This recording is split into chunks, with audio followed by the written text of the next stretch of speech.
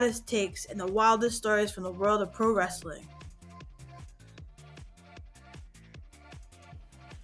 Whether you're a diehard fan or just stepping into the squared circle, we're here to give you the real scoop on everything happening in the ring. I'm your host, RJD, and we're about to take a ride through the latest and greatest in pro wrestling. Get ready for all our hot takes, deep dives, and all the wrestling you never knew you needed. Don't forget to hit the like, share, and subscribe button and join What the Wrestling family so you never miss an episode. Now let's step into the ring.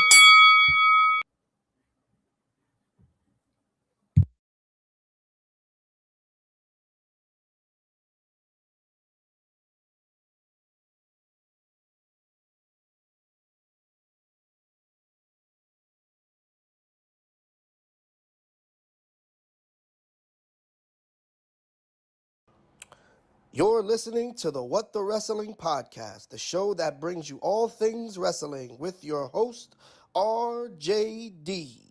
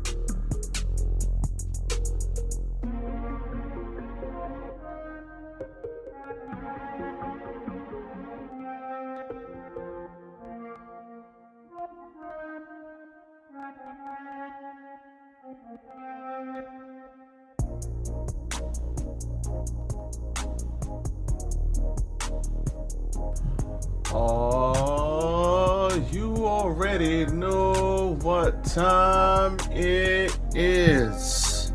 Tiger uppercut. What's good, everybody? Y'all already know. Where did all my stuff go? My stuff is gone? This is nuts. What's good, everybody? Welcome to What the Wrestling, the show that brings you all things wrestling. I know I messed up the intro, but we're going to do it again. As always, I'm here for a good time, not a long time. So let's not waste any time. Let's go.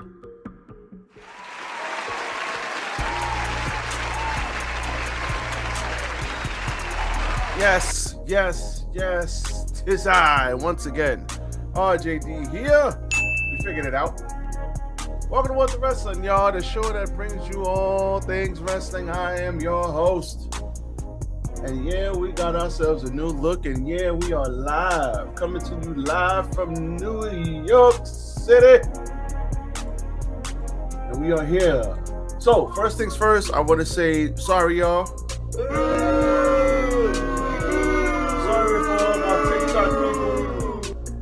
for all my TikTok people. What up, what it do? Hit the like button on your way in. Sorry for all my TikTok people. The TikTok acting crazy right now. So because the TikTok is acting crazy, yeah, it's a wrap for that. Stop it. Get some help. All right, so next live stream, there'll be TikTok. Yeah, we're going to make sure the live streams continue to be on point. I know I haven't been live on the live streams, but we're going to change that. We're going to fix that. We're going to make some moves. We're going to do some things. We're going to talk about this wrestling, and we're going to level up. So with that being said, Hit the like button on your way in, as always. Like, comment, share, and subscribe to the channel. We're going to get into some WWE, some AEW, some AJ Styles. We're going to conversate. We're going to have a good time. We're going to hit the like button, and we're going to keep it pushing. So, with that being said, let's talk about Monday Night Raw, y'all. Let's talk about Monday Night Raw. First of all, Monday Night Raw had like 3 matches on it, which was crazy. You stupid. Why are we only having 3 matches on Monday Night Raw? So if I'm not mistaken, we got 3 hours of TV. 3 hours of TV, and we got like 2 matches. That's it. What are we doing here? What are we doing here? We got to fix that. Monday Night Raw. Get it together. Get it together. You stupid. But let's talk about the end first. What I did like, main event, we had Roman and Punk.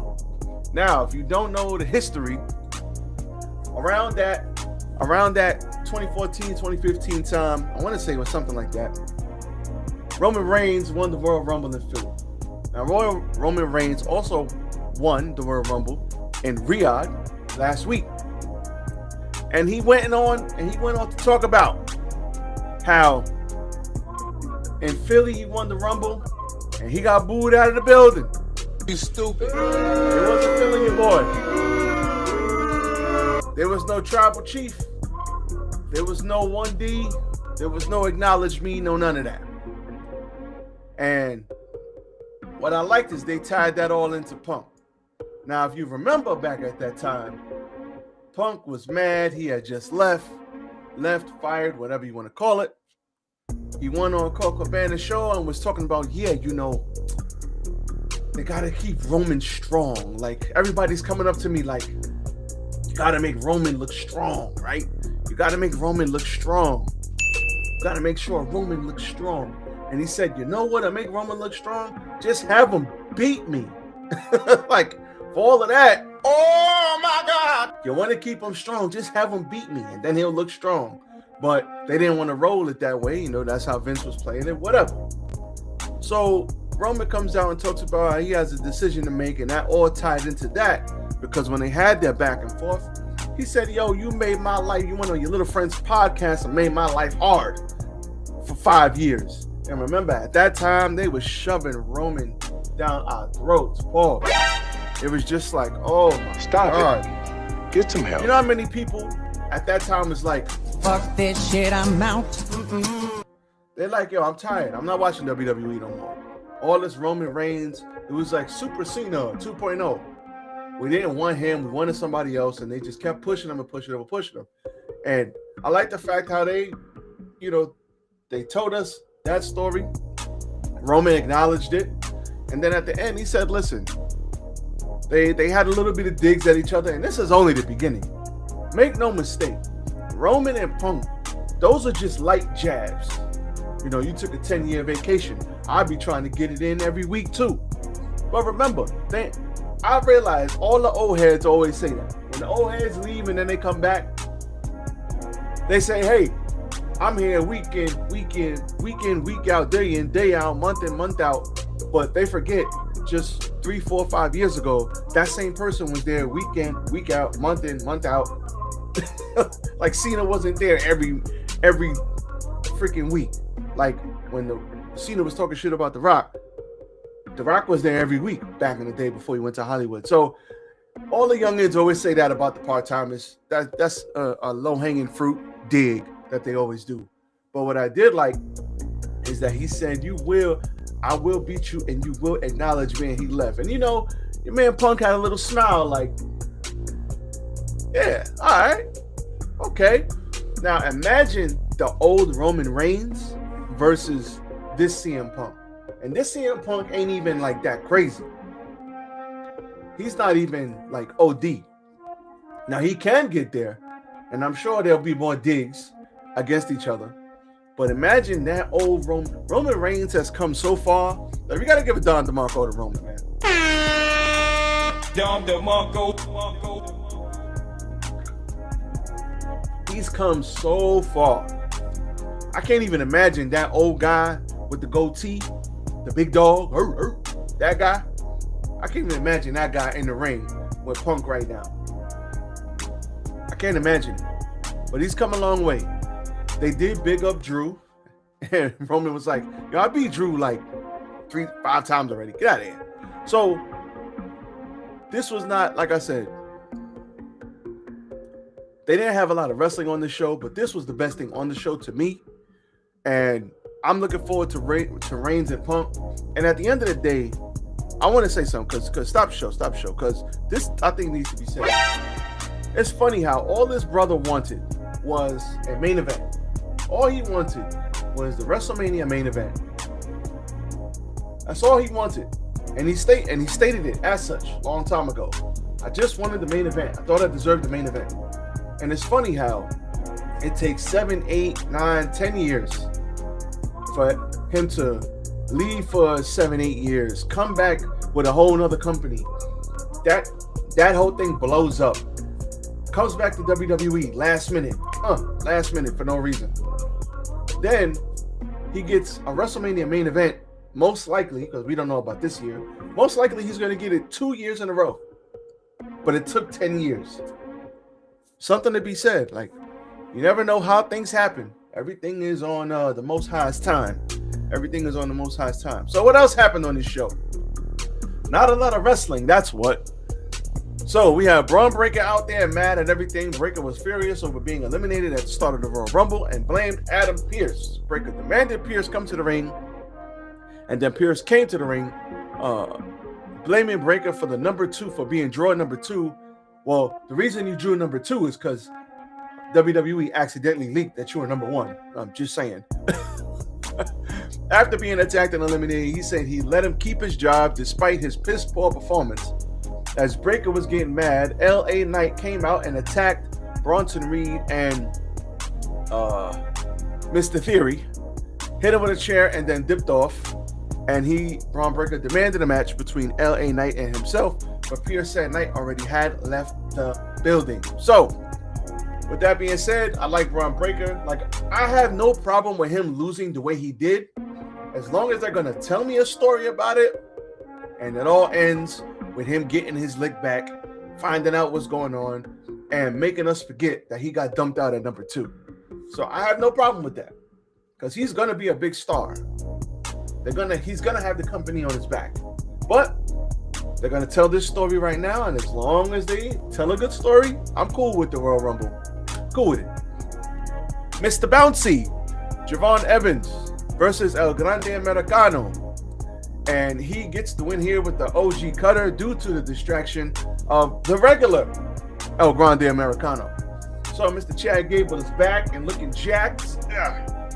But the fact that they haven't really done anything with both Americanos, they kind of got to figure that out. Maybe a mass versus mass match. I don't know. Something eventually. Maybe it ends at WrestleMania and then we just have one Americano. I think both of them are doing great. Chad Gable was doing great before he got hurt. So we got to figure that out. So Gunther choked out Dragon Lee after Lee attacked him. Lee interrupted Gunther, who was celebrating, sending AJ Styles to retirement. The retirement god, Gunther, is back and make sure everybody gets retired. Viking Raiders. Now listen, I just want to say that the Viking Raiders are better than this. They're really, really good. They're not jobbers. They put on excellent matches, and it sucks that they had to crash out and get jobbed out to Derula over Femi. One more time. They're better than this. They are.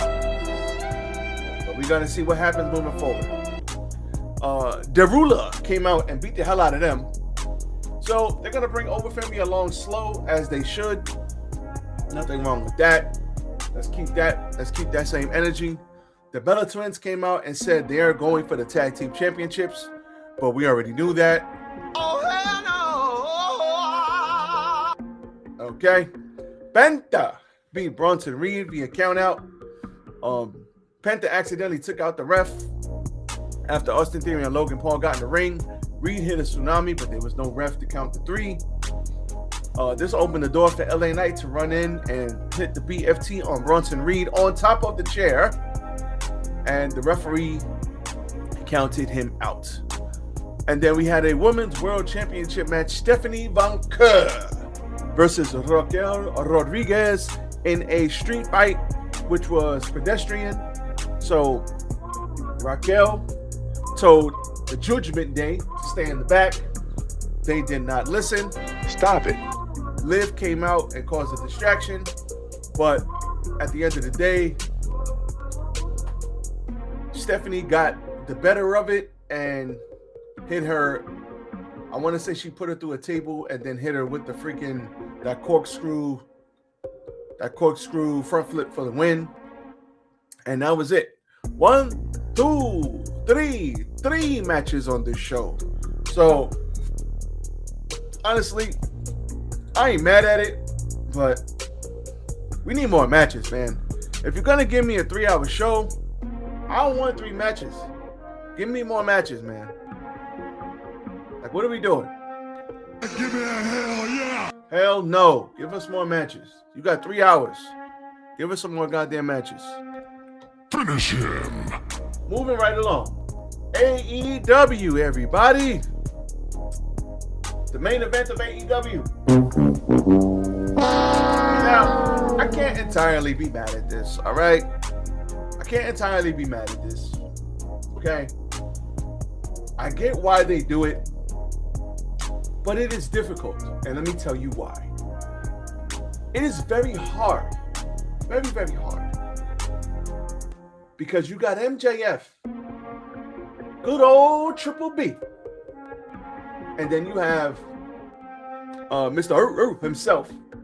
But the problem is, when you beat your champion like this, and you pretty much squash the living shit out of him, it makes him look really bad. Now, obviously, I don't like that you got to beat the champ, then you get a title match against the champ, and then the champ beats you.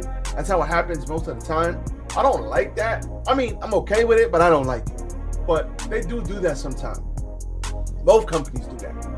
WWE used to do it a lot too under Vince. But MJF got squashed. Like, I'm talking about Brody King came in there and was like he got the star and was just like, choke out, power driver, that's it, done.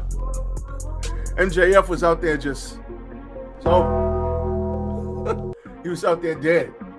And I don't know, I don't like that, man. I just think we could have got Brody King a match without squashing the damn champion. You know what I'm saying? Like, I get it, but I mean, yeah, there was a distraction, and then at the end, you had everybody come out. You had, I think you had Hangman come out, Swerve came out, they got into it, and then at the end of it, Brody King was standing tall, which pretty much guarantees that he ain't winning, that he ain't winning the title, which is okay. But you want to make Brody King look like a monster, but damn, you couldn't have him go squash somebody else? I mean, shit. So that was your main event. There was a distraction. He choked him out, Darby Allin style. He was just like threw him back in the ring. I think he had a cannonball, Gonzo bomb, and that was it. TKO. So MJF is going to have to fight for his life. Now, they did do this with CM Punk. I remember. Moxley squashed Punk, and then Punk eventually got the title. So it was all right. But we had Andrade out there. We had the Cowboy out there. And then we had everybody out there at the end of the night. So we'll see where they go from here. We'll see. But I really wasn't feeling this. Not even going to lie to you. Because it makes your champion look weak, man. It just makes the champ look like a chump. And I don't want your champ to look like a chump. That's my only thing. Nope. I don't want the champ to look like a chump. So there's that. All right. So we had Jon Moxley and the Death Riders versus the Don Callis family. As always, Takeshita Colon and Josh Alexander versus Garcia, Mox, and the Bastard Pac. Takeshita, if I'm not mistaken, Garcia got hit with something, and then he kicked out, and then he got hit with the Raging Fire, and he took the loss. They brawled all over the damn place, so this was great. Wrestling. We had a lot of matches on this show, and I like me some wrestling. So this was great. Typical AEW, roll all over the place, work rate high. Loving Moxley. He's still a babyface. Everybody else is still a heel. Takeshita gets the win, and let's see what happens there. Don Callis family was all over this show. So we had promos from MJF, Brody King, Kenny Omega, the Babes of Wrath, and Mega Bad. And we had, after this, we had a promo from Swerve, who Prince Nana spoke for him and said that they are focused on the world title. So there's that. And then Don DeMarco for this. Don DeMarco. So Will Ospreay, everybody. So Will Ospreay is not back. He's not back. But Will Ospreay is apparently doing well, and they put a promo package out for him. Now, the fact that he got a promo package tells me that he's doing okay. The surgery probably was successful. I think he had neck surgery. It was probably successful. Everything was smooth. And now he begins the long road to recovery. Is he going to make that Wembley show? I don't know.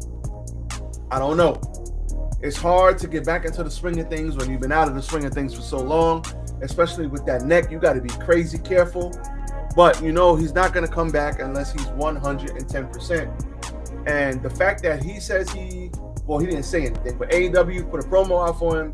Kenny Omega said this is the best he's felt in years.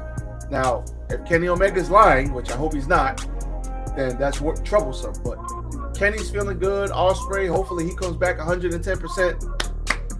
I'm liking it. Setting up to be real nice. Give me a hell yeah.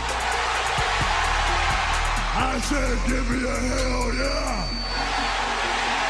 Timeless, Tony Storm and the Orange One versus Jordan Oasis and Britton Brooks. Storm and them got the win. This was quick, easy. After the match, Storm said, I don't know what the hell I'm thinking. I can't look bad bald. I think she said she looked like a condom or something. I don't know. Or she looked like Luther.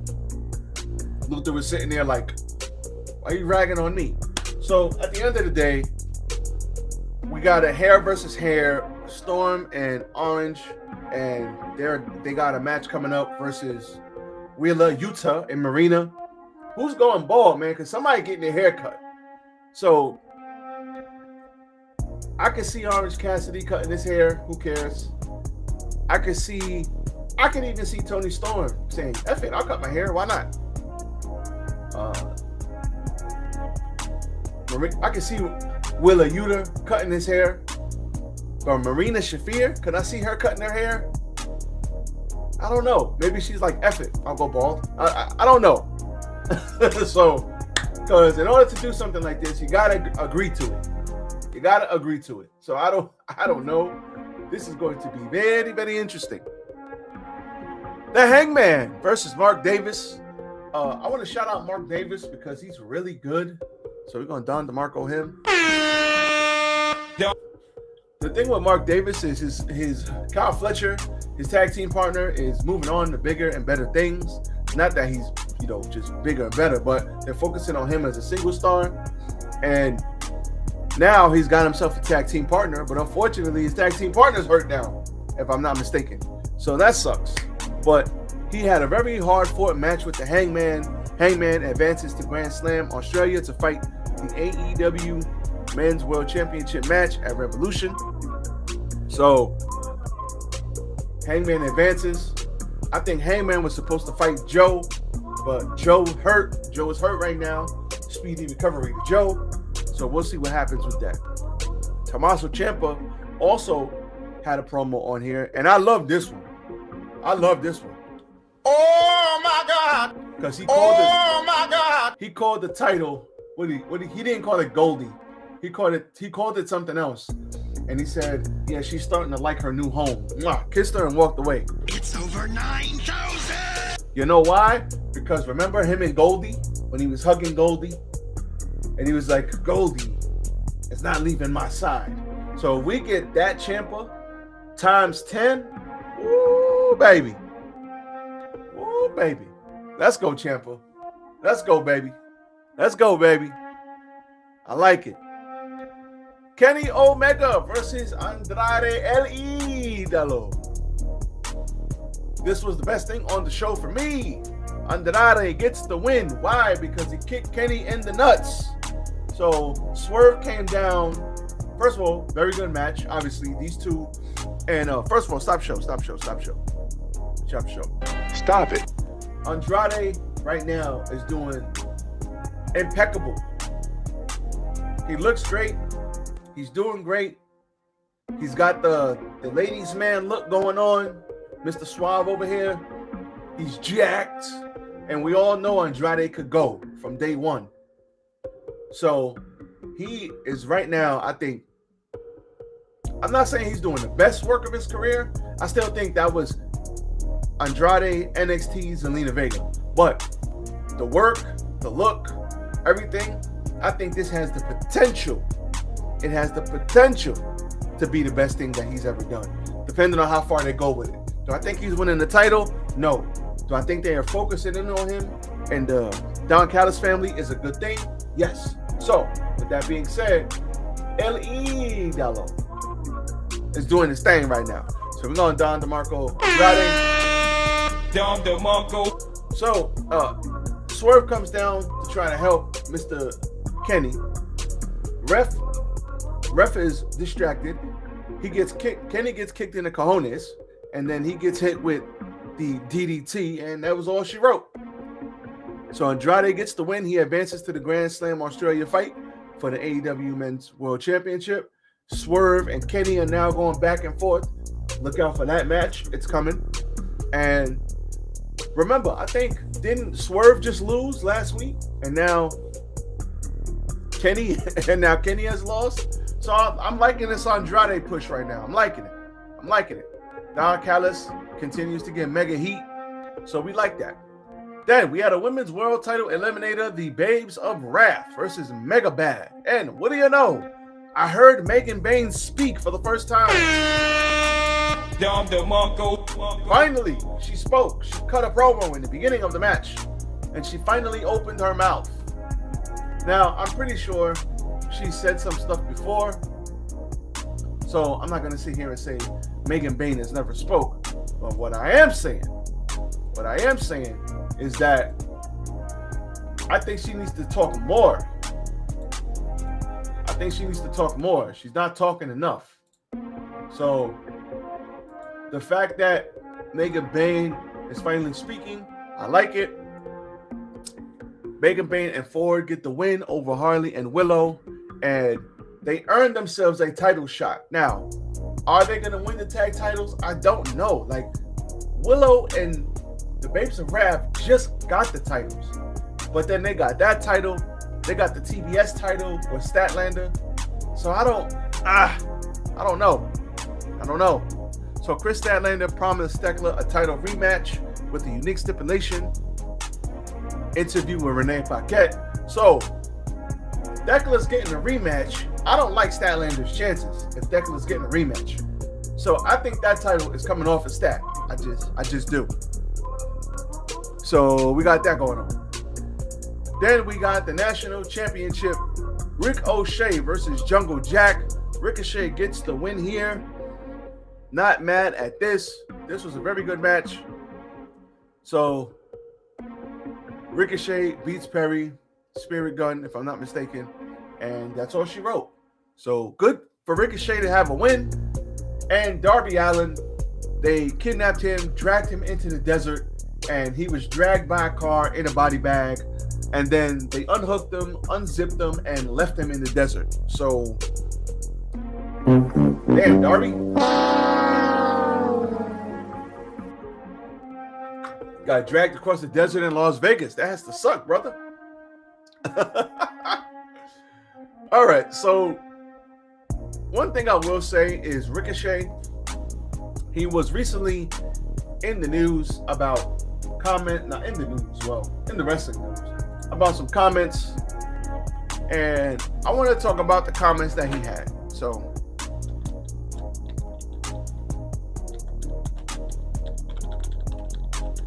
because I think it is important. I think it's important because he said that WWE took away his love for wrestling, which sucks. But at the end of the day,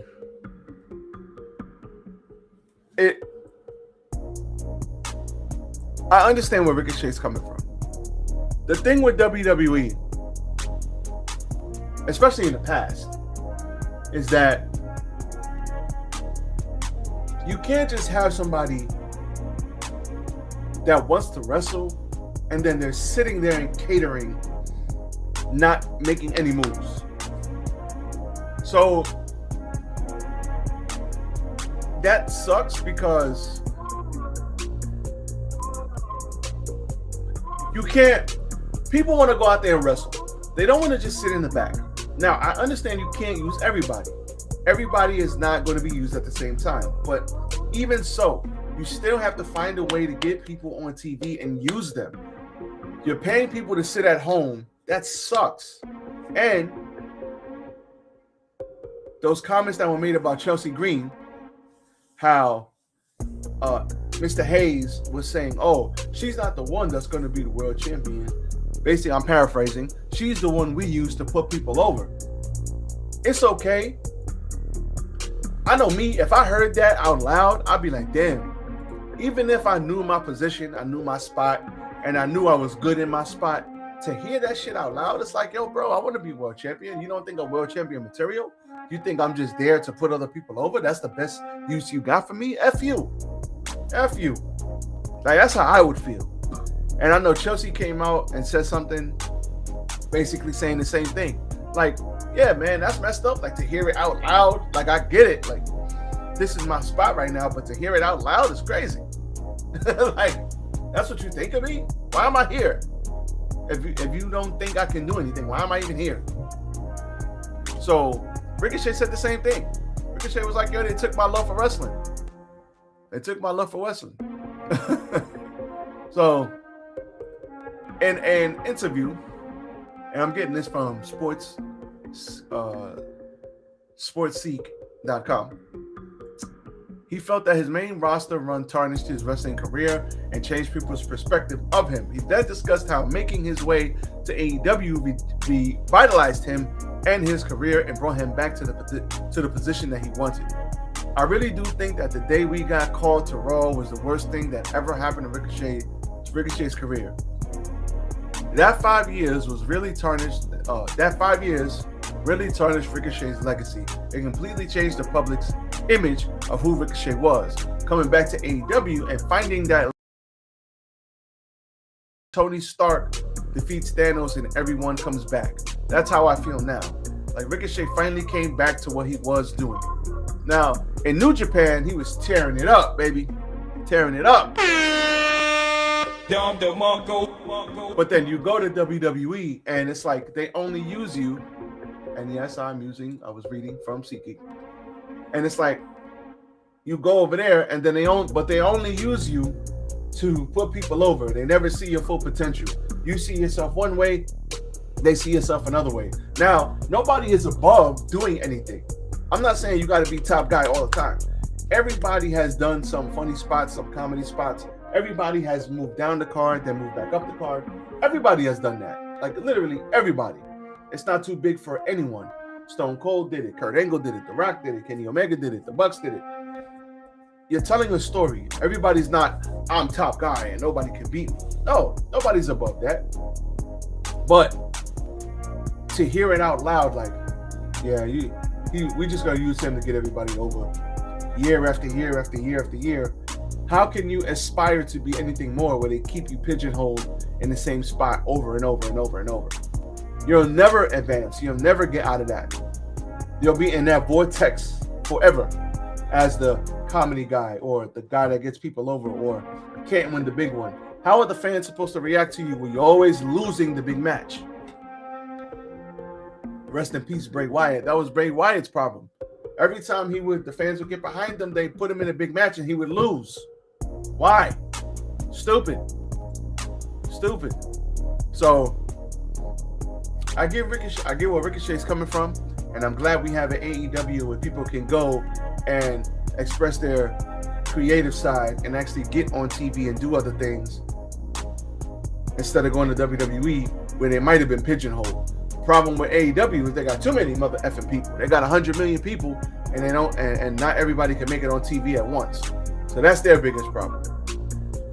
Before we get up out of here, let's talk about AJ Styles. So, do we think AJ is out of here? So, do we think AJ is done? So, according to the report, neither AEW nor WWE sources appear to know what AJ Styles' next move is or will be. There's been increased speculation behind the scenes, but no concrete direction has emerged. Despite Styles' quiet exit from the ring, internal sources in WWE report they believe he's not finished completely in some capacity. Sources that say they spoke within WWE believe that AJ Styles is not done wrestling in some capacity, per WrestleVotes Radio on Fightful Select. Quote, never say never. So, what do we think? People have publicly come out and say they want to have a match with him. Will Ospreay. We think AEW. We thinking Kenny Omega. We thinking Kenny Omega. Maybe Jay White, Bullet Club thing. We're thinking, who else was over there that he could probably fight? Maybe him and Darby, him with the Bucks, him and Swerve. Like, we could get some crazy good stuff out of AJ, and we still got 10 months. Now, 10 months is not a lot of time to get to matches and build matches up for AJ if he so chooses to do that. Does AJ want to go to New Japan again and get the crap beat out of him one last time? I don't know. But do I think AJ is done 100%? Oh, hell no! Nah, fam. But can I see AJ Styles back in WWE after this year in a backstage role as a producer? There's less travel. There's less things you got to do. Can I see that? Yes. So, time will tell on AJ, but I don't think his time has gone, but time will tell. So, with that being said, that is all I got for you guys today. Listen, I greatly appreciate everybody rocking out. Thank you for everybody who tuned in, who's rocking out, who wants to hear me talk my ish about this wrestling. House of Glory on the 20th. Get your freaking tickets, as I'm getting mine. And yeah, we're going to see some good wrestling. And yeah, that's why we are all here. So with that being said, back to the live streams. SmackDown review on tomorrow. Y'all know what time it is. I am out. Enjoy the day. Peace.